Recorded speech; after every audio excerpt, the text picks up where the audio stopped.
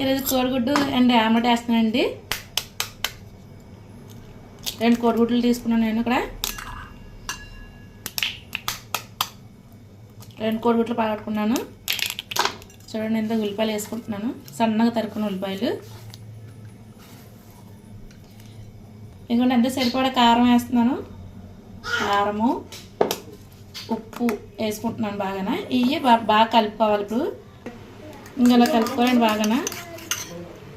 ఇక పెనం పెట్టుకున్నాను. పెనం మీద ఆయిల్ వేసుకుంటున్నాను. నేను 2 గరిటెలు ఆయిల్ వేసుకున్నాను. ఆయిల్ వేసుకున్న తర్వాత ఇవ్వండి ఎగ్ కూడా వేసుకుంటున్నాను.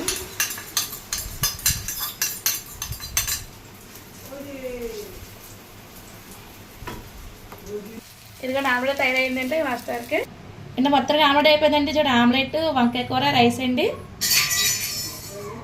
ఇదిగోండి ఆమ్లెట్ అయితే మొత్తంగా అయిపోయిందండి. టేస్ట్ చేస్తున్నాను.